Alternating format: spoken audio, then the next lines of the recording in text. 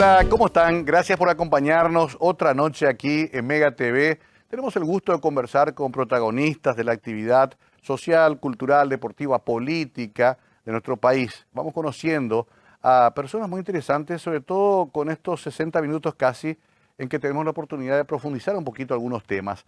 Hoy traemos a una mujer que además es escritora. En ambos casos es un hecho siempre interesante. ¿Se acuerdan que hablamos ya antes con Susana Gertopán, por ejemplo? Donde también hay historias de discriminación, hay historias de postergación, hay historias de una visión de la sociedad que a veces no permite que avancen las mujeres en varias disciplinas, entre ellas en la cultura también, aunque no crean. Bueno, vamos a hablar de eso, pero sobre todo de su historia personal, su trayectoria, sus sueños, sus esperanzas, con una querida amiga que acaba de publicar Crónicas desde el alma. Ella es Bea Bocio, a quien presentamos primero con este video y después comenzamos a hablar.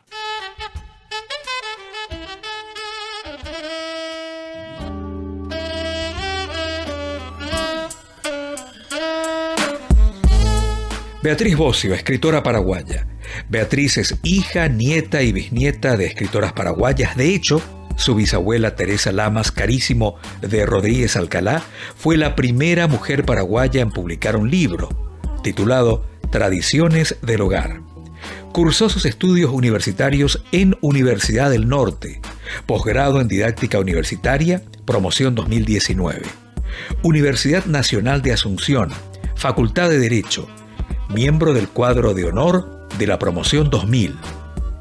Habla 3 idiomas, español, inglés y portugués. Adaptadora de la telenovela La Doña para Telefuturo en el 2010. Del 2014 hasta el presente, docente de las cátedras Narrativa Paraguaya y Teoría y Crítica Literaria en la Universidad del Norte. 2015 hasta el presente, miembro del equipo de gestación, desarrollo y sustentabilidad del Centro Comunitario Chacarita. 2019 hasta el presente, columnista en el diario La Nación.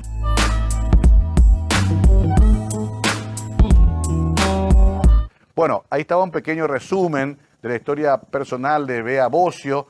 Bea es una amiga, entonces va a ser una charla interesante, pero comprendan ustedes que va a ser bastante coloquial y mejor que sea así. Bea, gracias por estar esta noche con nosotros. Un placer, Mario, acompañarte. Bueno, te dije, primera complicación.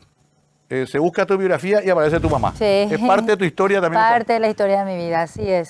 ¿Cómo es eso? Ella es escritora, tu abuela también, tu bisabuela, Vengo estás de condenada a escribir. Sí, vengo de una familia de literatos, Teresa Lamas, que fue la primera escritora del Paraguay, la primera mujer que publica un libro en realidad en el Paraguay. Tiene varios hijos, entre ellos está Hugo Rodríguez Alcalá, que fue Premio Nacional de Literatura. Sí. Y luego le tiene al padre de Guido Rodríguez Alcalá, que es nuestro gran novelista histórico también, Claro. que es mi tío. Y luego de la rama de le tiene a mi abuela, que se llama Beatriz, que es escritora, y que tiene a mi madre, que también tiene varios libros publicados, y que es historiadora y periodista. Y bueno, y después en la colita de la generación vengo yo, Claro. que estoy aquí. Bueno, interesante esto, porque creciste entre libros entonces. Absolutamente, en tertulias, en el medio de mucha lectura, muchas conversaciones, los clásicos, todo eso era como muy normal. Yo creo que cada familia tiene una marca. Probablemente tu familia está marcadísima por la música, ¿verdad? Con tu amor a la música. Sí, también, claro. Y escuchaba música con mi hermano, sobre todo, desde muy chico. Qué interesante esto, porque además después cada uno va desarrollando su propia vertiente. Tal cual. Te vemos mucho en una visión más moderna, entre comillas, donde activas mucho en redes sociales, También. donde escribís en Instagram, Así donde mismo. vas posteando cosas. Es como que cambiaron también los soportes, ¿no? O sea, así mismo. Bueno, es lo que mi mamá siempre me decía, porque ella es una persona muy prolífica. Entonces me decía, ¿pero y cuándo vas a publicar? Le digo, mami, yo publico. Cada vez que publico una entrada en mi Instagram, yo estoy publicando. Eso no es publicar, mamá. Mis seguidores me siguen y me leen. O sea, claro, ¿verdad? O sea, es como que un poco quise buscar el soporte de papel para hacer un compendio de este viaje de Crónicas de la Nación, del diario de la Nación. Yo escribía, era columnista en el Gran Domingo del diario, que es el suplemento muy bueno, del diario La Nación, y bueno, yo tenía ahí una, que justamente me llegó por Instagram la oferta de trabajo, porque... Justamente. Hablando de soporte. Ellos sabían que yo escribía de esa manera y me pidieron si quería tener una columna dominical y acepté el desafío. Fueron como 2 años, ¿cuánto? Sí, como 2 o 3 por ahí son. 3 años. Fíjate que... Esto es un compendio de todos esos De artículos. algunos, ¿verdad? Sí. ¿Agregaste otras cosas? No, nada, al contrario. Al Tuve contrario. que sacar porque son muchos domingos, ¿sabes? Ajá. Entonces tuve que ir sacando, pero elegí, creo que, digamos, los que me parecieron relevantes. Hay historias de gente común, pero que con historias gigantes, y hay historias de gente, de personajes históricos con pequeñas anécdotas interesantes. Qué interesante esto. Alguna vez leí en el mismo diario, pero acá estuve ojeando ahora. Habría al azar. María Felicidad González. Sí. Me acuerdo de ella perfectamente. No me digas. Maestra de, inclusive, de mis padres. Si mal no recuerdo, vivía con las monjas teresianas. Así mismo. ¿Verdad? Así mismo. ¿Qué contás, por ejemplo, de ella? Bueno, ella después de una época que termina de vivir con las monjas teresianas, se instala al lado de la casa de mi abuela paterna, ¿ok? Ajá. Y donde pasaba siempre la hermana de mi papá, Marta Mirá vos. Bocio, Marta López Bocio, ¿verdad? Sí. De López. Y ella quería ser contadora. Y en ese momento era impensable que una mujer se metiera en una carrera tan masculina. Claro. Creo que ella es una de las primeras promociones. Y Ajá. entonces Felicidad, que solía hablar, ella se va y le dice, Felicidad, ayúdame. Yo no quiero seguir lo que tengo que seguir, o sea, tipo magisterio, lo que sea, ¿verdad? Claro. Yo quiero seguir números, yo soy una mujer de números. Y entonces intercede Felicidad con mi abuelo para que Marta siga su carrera. Y ella se termina estudiando. Esa, por ejemplo, una historia de una gigante nuestra, Sí. y mi abuelo la respetaba tanto en su rol de docente, Claro. que Era un le referente. claro, que entonces como que permitió que la hija, esa Y- es una historia. ¿De dónde sacás el research? ¿Cómo hiciste? ¿Hay en libros, en fichas o Bueno, de conversaciones esa es una familiares? historia testimonial de mi tía. Ok, te en contaron. realidad. Sí, a Qué mí bueno. me gusta mucho cuando hablo con la gente de antes, Sí. ¿sabes? Me cuentan esas historias. Bueno, y ella me contó una vez al azar y le dije, ella me interesa porque me interesa Felicidad González como personaje histórico y el rol de las maestras, ¿verdad? Como promotoras también. Qué interesante recoger esa tradición oral. Total. Porque los paraguayos somos muy de contar. Nuestros padres siempre nos han contado. Mamá me ha contado tantas historias que me acuerdo del 10%. Así mismo. Y me sirve. Pero siempre tenemos que estar tratando de capturar eso y ponerlo en algún lugar. En Instagram, en Total. donde sea, en un podcast o en un libro. Por ejemplo, lo de Andrés Barbero estuve leyendo. Ay, lo amo. Qué historia, ¿no? Lo amo, sí. Un hombre que viajaba en tercera clase para estar cerca del pueblo. Es un tipo genial. Yo creo que es justamente la contracultura de lo que somos hoy en día, que todo es por la galería, que todo es así, el despliegue, La ¿verdad? ostentación. Totalmente. Este señor era un señor que venía de una familia muy acomodada, que estaba muy en contacto con la realidad social paraguaya. Entonces, más bien a él le gustaba, justamente tenían estas estancias en el Chaco, que de hecho son parte de lo que él deja a la Fundación La Piedad, Sí, que claro. sabe que es responsable de tantas cosas importantísimas en nuestra sociedad. Sí, De hecho, hasta hoy. Hasta hoy, Sociedad Científica del Paraguay, las academias de la lengua y de la historia, el Instituto de Indígenas, donde fue lo de Branislava hace poco, en ese museo, Sí. también él está relacionado al Hospital de Cáncer. Tiene un montón de cosas ha hecho. Y entonces él viajaba en tercera clase para estar en contacto con el pueblo y ver qué le aquejaba, cuáles eran los males, porque él estaba trabajando mucho con la salud de la gente. Entonces le llamaban el ilustre tacaño. O sea, no entendían nada. Claro, claro.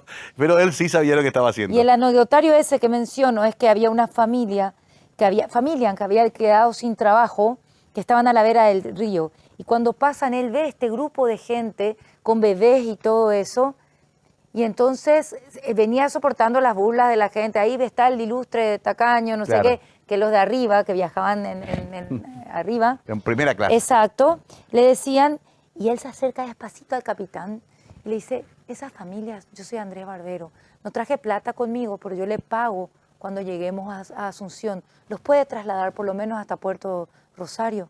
En mi nombre. Y él le compra los tickets a todos, pero él Catú era el ilustre que tacaño para la gente, que así era él. Dicen que era más bien parco de palabras y de carácter reservado, único hijo varón de una familia italiana. Su padre había llegado al Paraguay en la inmediata posguerra y con su oficio de constructor amasó una buena fortuna que le permitió hacerse de propiedades y otros bienes. Pero el rigor de la familia siempre fue austero y Andrés creció acostumbrado a ese modelo. Son relatos de este tipo donde da gusto meterse en la piel del personaje más que en los datos históricos muy estrictos, digamos. Después seguiremos hablando un poquito más del libro y de otros aspectos de la vida de Bea, porque también tiene todo un trabajo social en la Chacarita, donde también la he conocido trabajando muy de cerca con la comunidad, y otros aspectos también de su vida que bien vale un libro aparte. Pero eso será a la vuelta de la pausa.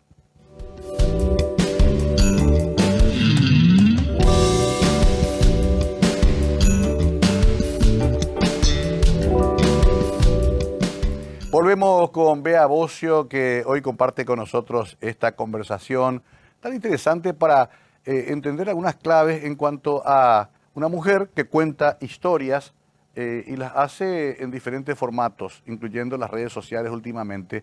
Bea, ¿tenés como una necesidad de contar? ¿Siempre tuviste como un impulso de contar historias? Yo siempre digo que escribir para mí es una compulsión. Ajá. Es algo que tengo adentro, es una manera de hacer catarsis, es cuando me emociono, es cuando...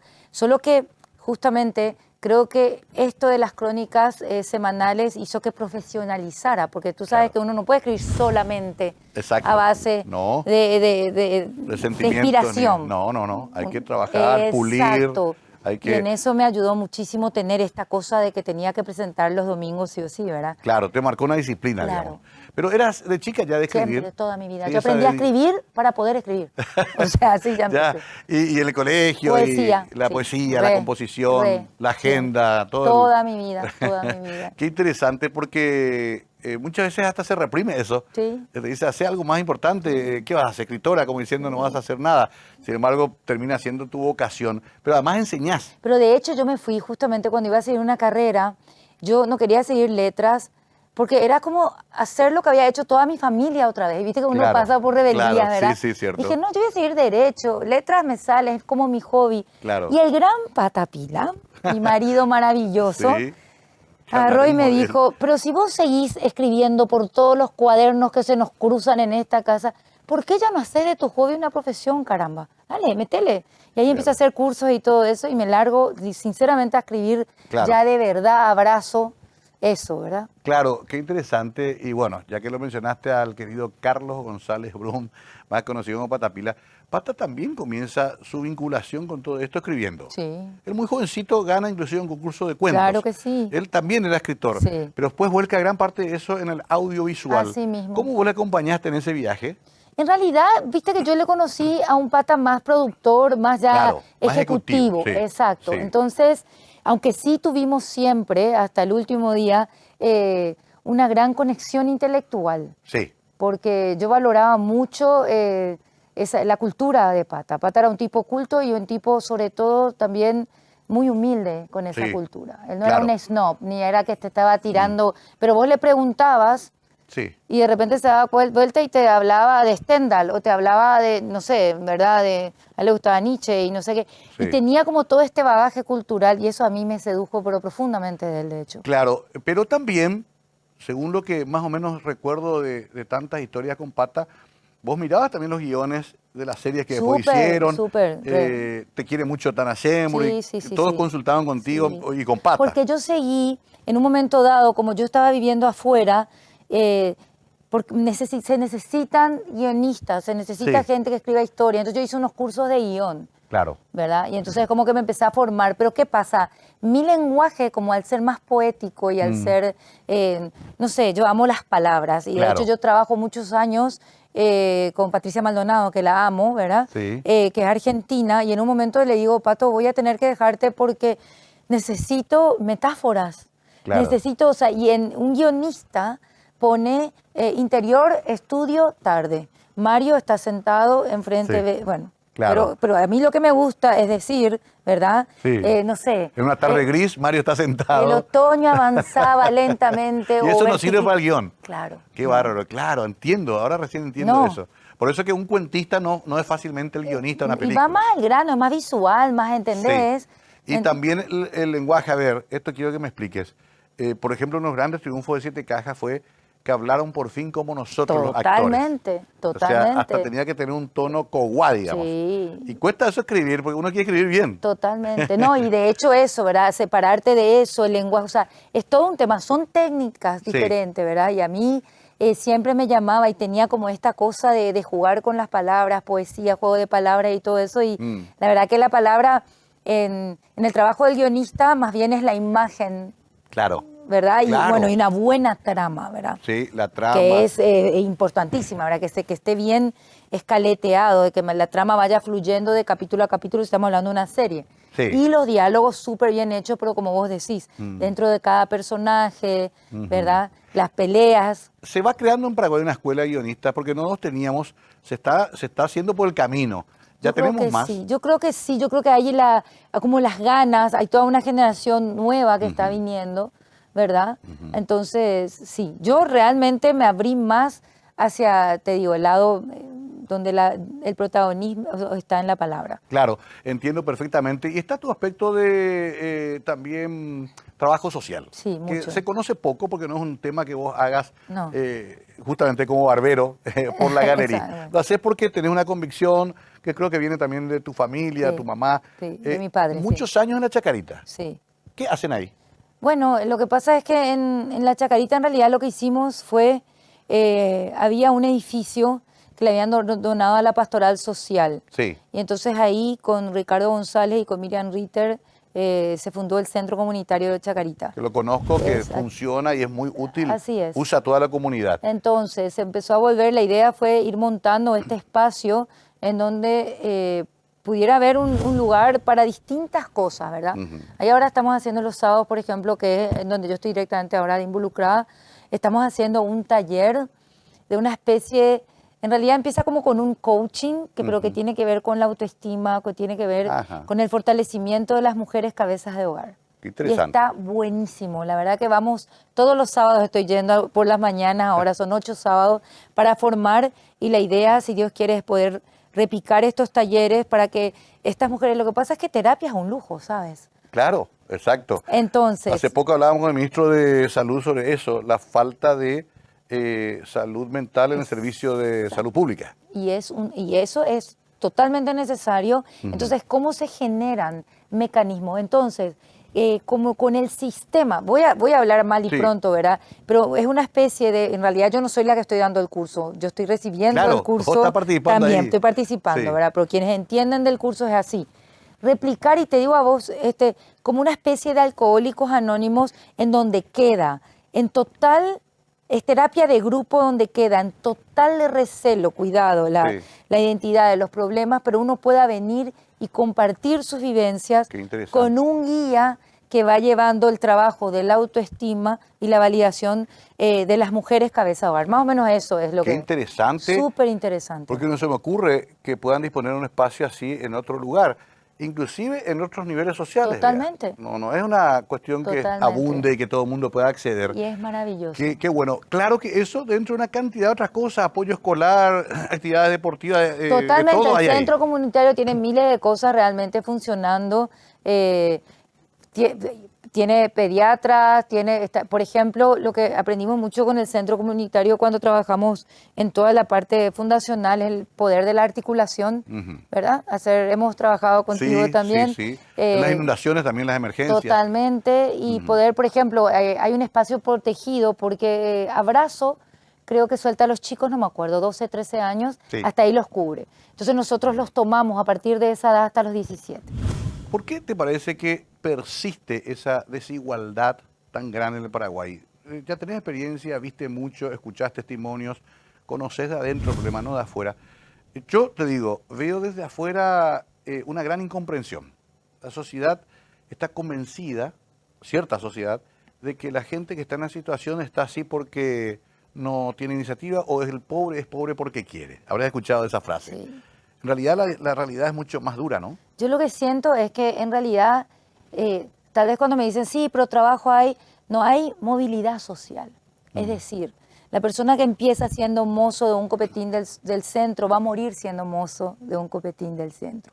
Entonces es natural, yo creo, con un poco de empatía, pensar que la gente de pronto se canse o que no sienta ese... Y ahí yo creo que uno tiene que lucharle a la desesperanza, porque la desesperanza de la falta de movilidad social genera que uno caiga en adicciones cuando no tiene. Y la verdad es, cuando uno basa todo un modelo de decir el que quiere puede, en una sociedad que es tan...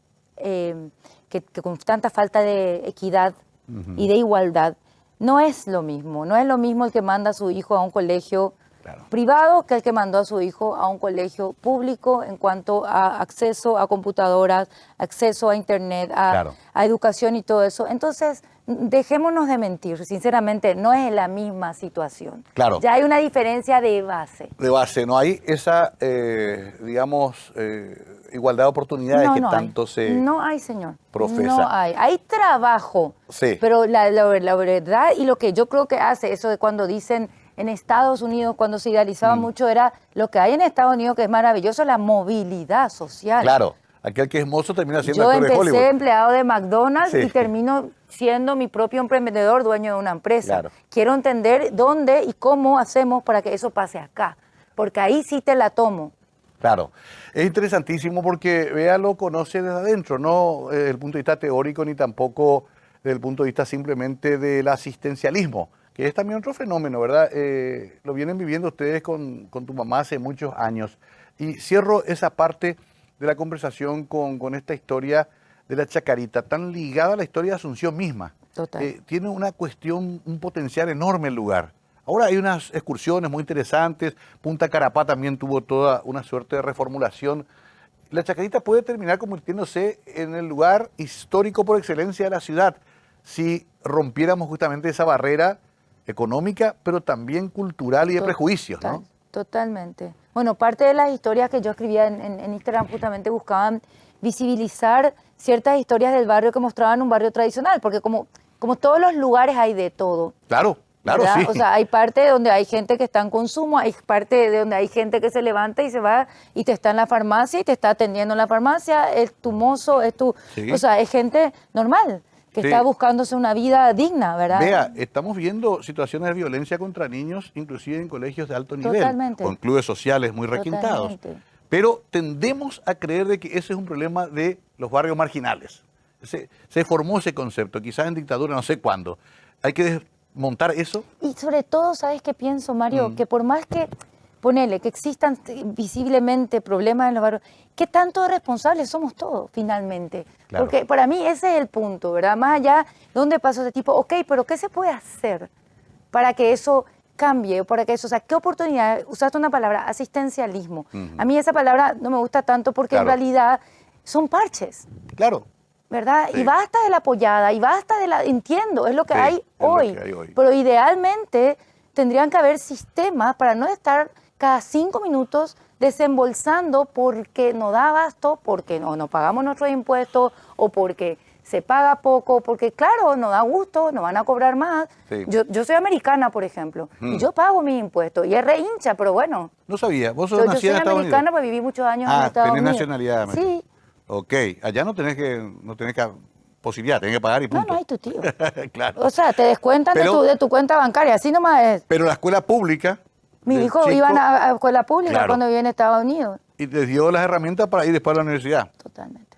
Vamos a hacer una breve pausa, después quiero volver un poco al libro. Primero que estoy fascinado con las ilustraciones también. Divina, Yuki, maravillosa. Yuki, que es una talentosa y creo que acá va a mostrar más que nunca su talento. Y de repente veo una foto acá en el río, por ejemplo. Vos andás mucho por el río, inclusive te vi de repente, te fuiste hasta el norte. Y ese es el viaje que hicimos con la pastoral, nos fuimos a llevar víveres. Víveres. Sí. Pero vos en un barquito sola. En un barcazo, porque es el que lleva combustible a Corumbá. En un carguero me fui. ¿Vos sabés que Patapila una vez se fue como polizón hasta Europa? Sí, mire.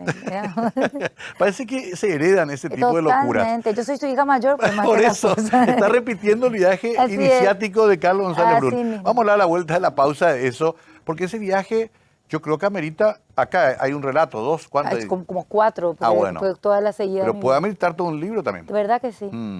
Vamos a ir hablando de esos temas, porque también Bea tiene otra arista interesante que es siempre anda con su cámara fotográfica. siempre está registrando.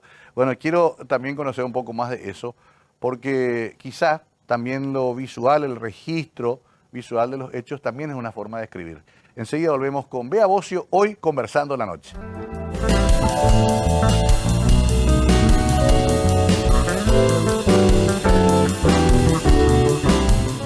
Bea Bocio con nosotros hoy, escritora, docente, activista social, pero también fotógrafa. ¿Te gusta la fotografía? Mucho.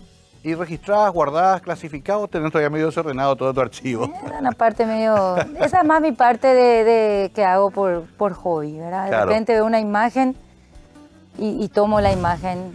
Pero es curioso, Bea, porque viviste siempre también con Carlos en un mundo audiovisual. Es verdad. ¿Verdad? Y sé que tenés un criterio. ¿Sos de ver muchas series, películas? ¿También estás en Sí, ese mundo? Sí. En realidad, históricamente yo siempre fui más lectora, pero ahora Ajá. la verdad que tengo que decir que con las plataformas de Netflix y HBO y todo eso, Además, convengamos que está muy bien es lo que te digo. Está Entonces a es un nivel placer, ¿verdad? alto, ¿no? Sí, tal la cual. historia. Series también nos está desafiando a entender de otra forma el audiovisual, Totalmente, totalmente. Me encanta, ¿verdad? ¿no? Sí, aunque son medio adictivas también. Sí, pero me gusta Ya, mucho. ¿y tu fotografía no pensabas publicar? Acá hay algunas de ellas. Sí, hay algunas, ¿verdad? Porque Ya. justamente, por ejemplo, con Yuki empecé a partir de cuando empecé a tocar 150 años de la Guerra Grande. Sí. Entonces ahí tenía que hacer crónicas históricas y ahí sí le empecé a pedir apoyo. Acá, por ejemplo, de bala de campaña. Bueno, eso es porque fui en el cañón cristiano, Sí. que es divino, porque se llama así, porque se hace con el hierro o De las campanas. de las campanas. Claro, claro. En la guerra. Eso está en Brasil Y está en Río de Janeiro. y no nos devuelven todavía. Y me fui, le pedí, estaban cerrando y llegué y le dije, por favor, déjeme entrar, yo soy nieta de residenta, yo soy paraguaya, yo necesito ver. Y ahí está el cuadro de la batalla de Riachuelo también, que es fuertísimo. Claro, porque veo que incluiste algunas fotos, pero hay ilustraciones. Historia, Seferino Zarza, compañero. Este era un tema de Maneco de Leano. Sí, es ¿De así. quién era Seferino? Y bueno, y Seferino, justamente ahí a través de Yuki, que es Encarnacena, Sí. conseguimos la familia de Seferino. Y el relato es de un nieto que cuenta lo que implicó para ese señor Seferino cuando vino Maneco. Porque viste que la música habla de la visión de Maneco sobre Seferino. Y nada, y él se fue un día a un festival y le llevaron y le conoció al tío, creo que es de Gardel, y entonces le conoce y se queda totalmente fascinado. Y tiene esta cosa del artista, yo creo que Maneco, una de las cosas que le iba a contar también a la audiencia Sí. es que yo descubrí al enseñar, porque acá con Mario compartimos la docencia universitaria, que cuando vas a hablar de un personaje histórico, de los que vas a tomar, y nosotros, por ejemplo, a Maneco le tomamos porque es parte del nuevo cancionero, Sí. movimiento histórico que también encabeza Dylan, que fue premio Nobel Exacto, en el 2016. sí. La música de justamente. protesta. Total. Ujú. Y entonces, cuando íbamos a estudiar, yo me daba cuenta que una cosa es, por ejemplo, decir, Julio Correa es un dramaturgo que tal cosa. Y otra cosa es contar, Julio Correa viajaba en carreta y se iba por el interior y la gente lo quería tanto porque se veía en sus historias. Tanto lo reconocían que cuando terminó la guerra del Chaco y tenían que venir a esperar para el desfile de la Victoria unos cuantos días, estaban desesperados los del ejército porque los soldados se querían ir a sus casas. ¿Y qué pensaron? Traigámosle a Julio Correa. Y le traen a los cuarteles a Julio Correa para que los soldados aguanten posguerras, de las ganas de volver a la casa y estén listos para el desfile de la Victoria, que fue un tiempo después. Claro. Y viene Julio Correa y los entretiene noche a noche y eran los alaridos y gritos y risotadas Qué en los interesante. tablados. Y bueno, cuando yo le cuento a mis alumnos estas microhistorias, Sí. ellos se enganchan más con el personaje. Entonces tengo sobre él, sobre Manuel Ortiz Guerrero, tengo anecdotarios chiquitos, pero que me van contando un poco de quién es el personaje. Y Maneco, Sí. cómo se engancha con este señor Seferino, ¿verdad? Claro. Tengo una historia muy interesante, por ejemplo, ¿Quién de... era Seferino? Porque claro, vas contando de Maneco. Exacto. Y Seferino era un personaje que Maneco conoce. Con la música se llama Seferino Zarza, Ah. compañero, ¿verdad? ¿Quién está detrás de la inspiración? También cuento, por ejemplo, Y no estabas tú, que es cuando muere Manzanero, porque mucho era efeméride también. Claro, Cuando- claro. Medio te vinculabas con lo que pasaba en el momento. Exacto, cuando muere Sí. Manzanero cuento quién era la musa detrás de la música Y no estabas tú. esta tarde vi llover. Claro. Y- Me está gustando, porque Manzanero una vez me invitó a mí a tomar unos tragos y hablamos como 2 horas por ahí. Era un gran conversador, Manzanero. Un gran conversador. ¿En Yo lo presenté serio? varias veces. ¿En serio? Así como Mijares una vez me quiso sacar una novia.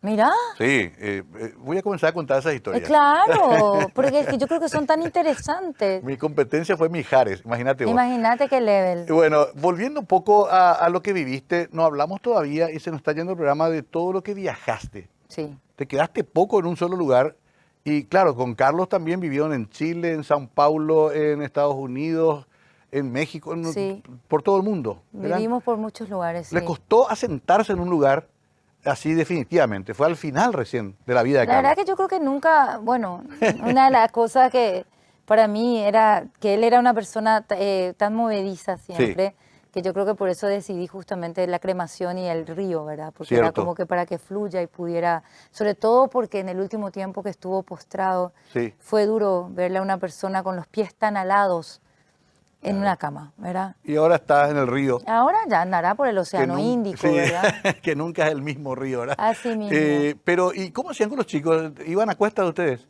Siempre los chicos, y son así hasta hoy, ¿verdad? Sí. Tienen ese, Beto y Gabo. Beto y Gabo, creo que tienen esa crianza que se van adaptando a cualquier lado. Por otro lado, creo que sí sostengo que es importante un cierto tipo de arraigo, al menos desde mi visión, ¿verdad? Sí. Creo que sí fue importante. Mi hijo Paraguay le dio, creo que eso, le dio clubes de fútbol, le dio... Claro, esa vivencia que tuvimos esa nosotros. cosa de- Pero ellos nacieron acá o afuera. No, afuera. Afuera, claro. Afuera, y vivieron afuera, y entonces son como medio políglotas, medio extraños, sus muletillas a veces son un poco en portugués, un poco en inglés, pero por otro lado, bueno, creo que trato de que sean personas abiertas a la diversidad cultural, ¿verdad? Que les ha tocado vivir. Beto es medio colega nuestro. Sí. Le gusta mucho el periodismo, le gusta mucho la política. Epa, cuidado, ahí está la rama Sí, González Garavelli. fuertísimo. El abuelo Tiene Beto. muy fuerte esa beta. Sí, y Gabo, Física. más chiquito.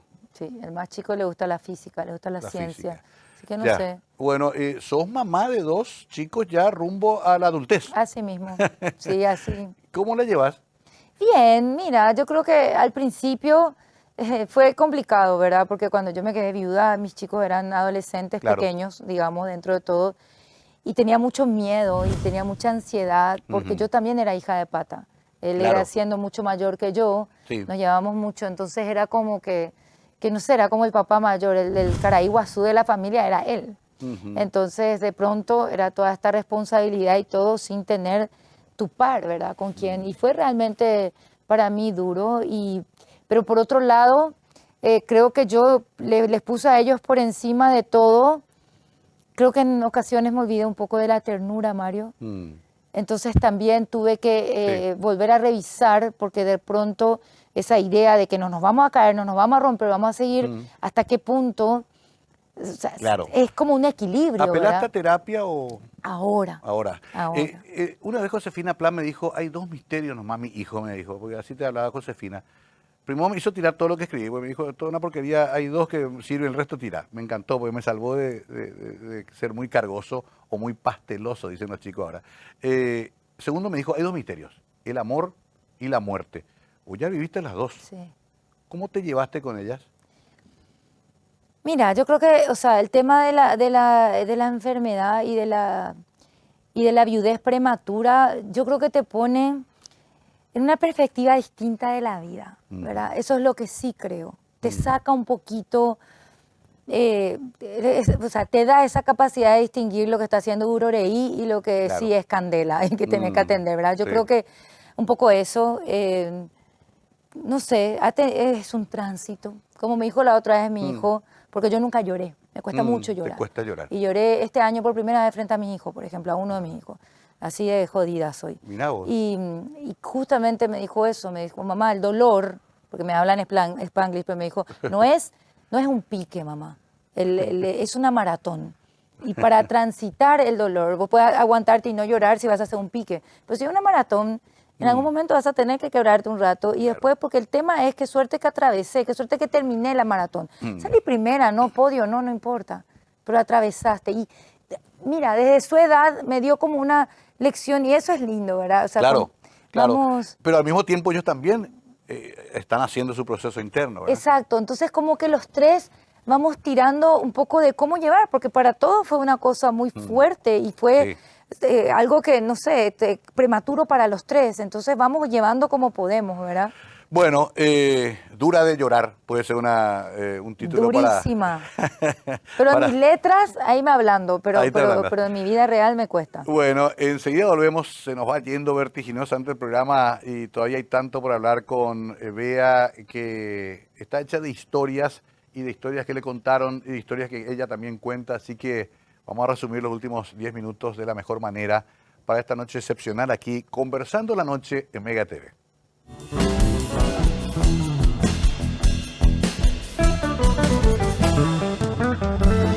Estamos en la última parte de esta conversación y quiero aprovechar el tiempo. No hablamos de tu papá, Bea, que también obviamente ha sido muy importante. Te vi escribir, acá tenés algo escrito sobre él. ¿Quién era él? Papá también era docente, papá era ingeniero. Ajá. Fue el primer decano de Ciencia y Tecnología de la Universidad Católica. Fue mucho tiempo, se dedicó a la investigación científica también. Sí. Era un académico, disertaba acá y por el mundo. Y era una persona muy genial, mi papá. Ajá. Y él me pasó la fe, él tenía una fe de niño. Sí. Tuvo la gracia de conservar esa fe hasta el final.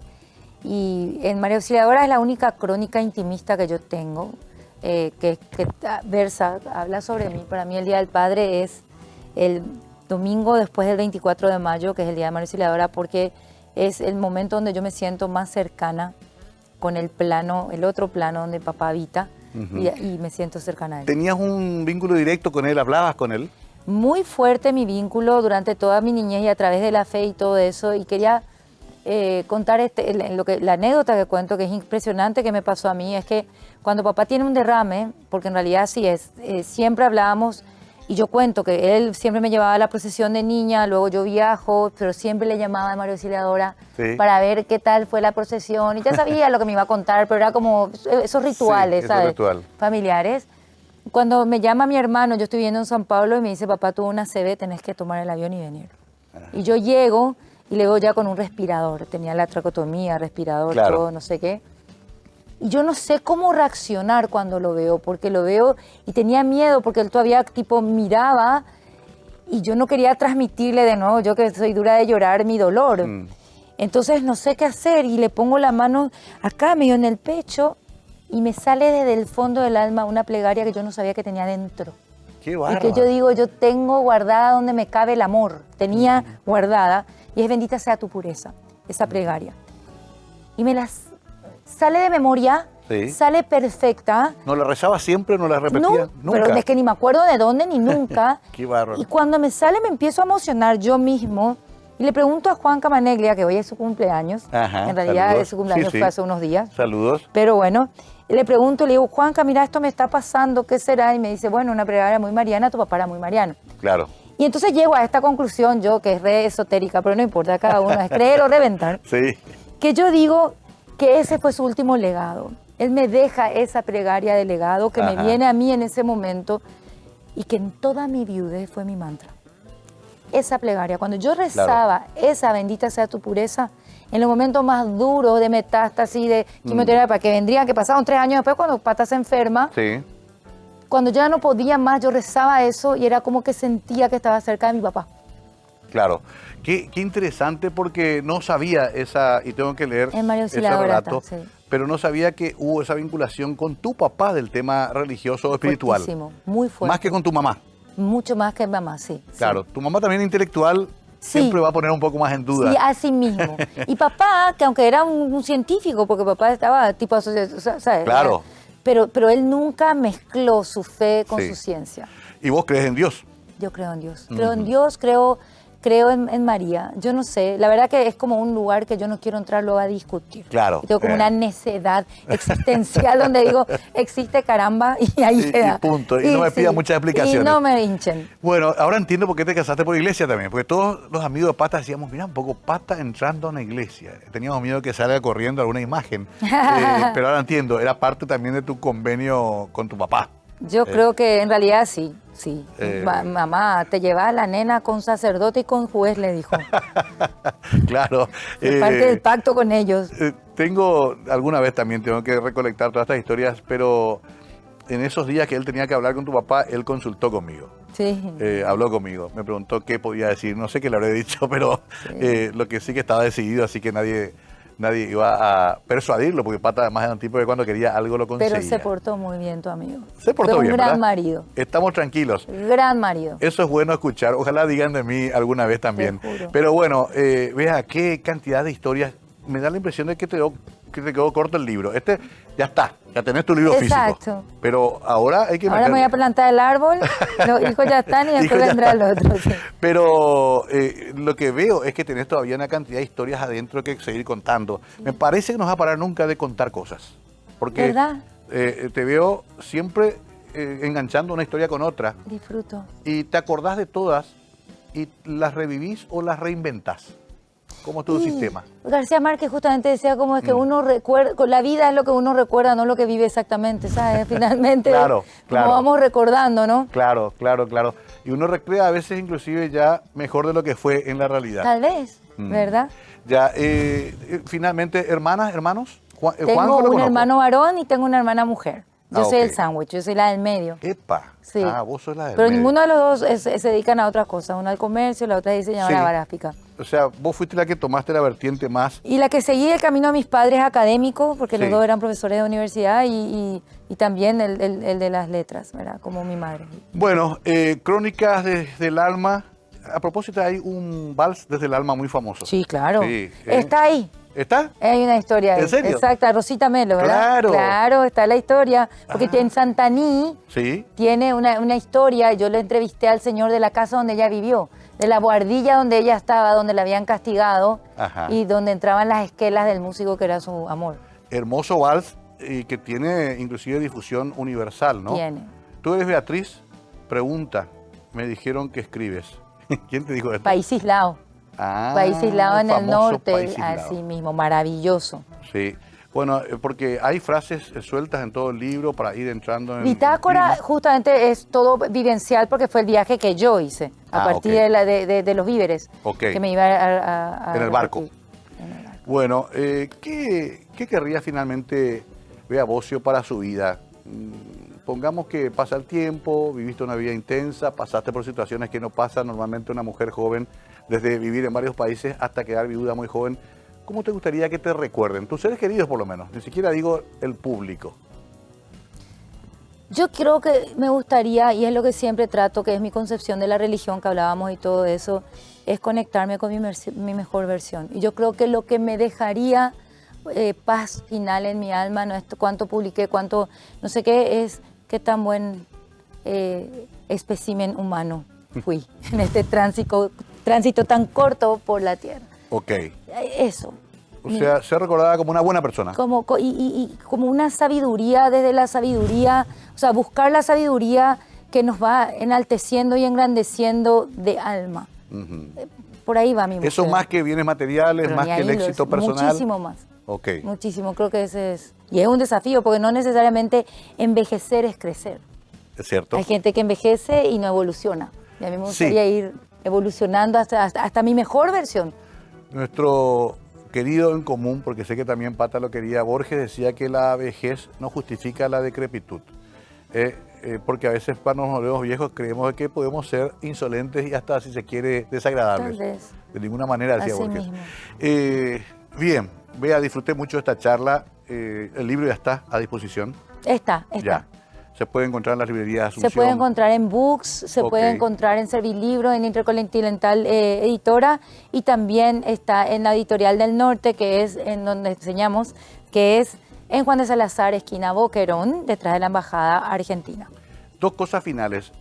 Tenemos una pariente en común que es Thais González, Sí, que es de la familia. que ya va a tener la segunda nieta de Pata. Es la segunda Sí, nieta en octubre. Son los únicos nietos de Pata hasta ahora. Así mismo. Y el querido profesor Juan Manuel Marcos, que es un poco como un ángel protector que veo que te prologó el libro. Sí.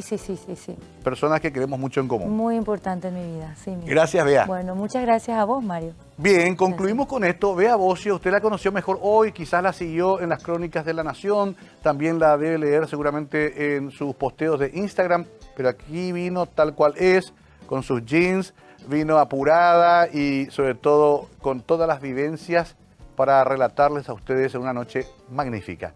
Será hasta siempre aquí en Mega TV, conversando la noche. Buenas noches.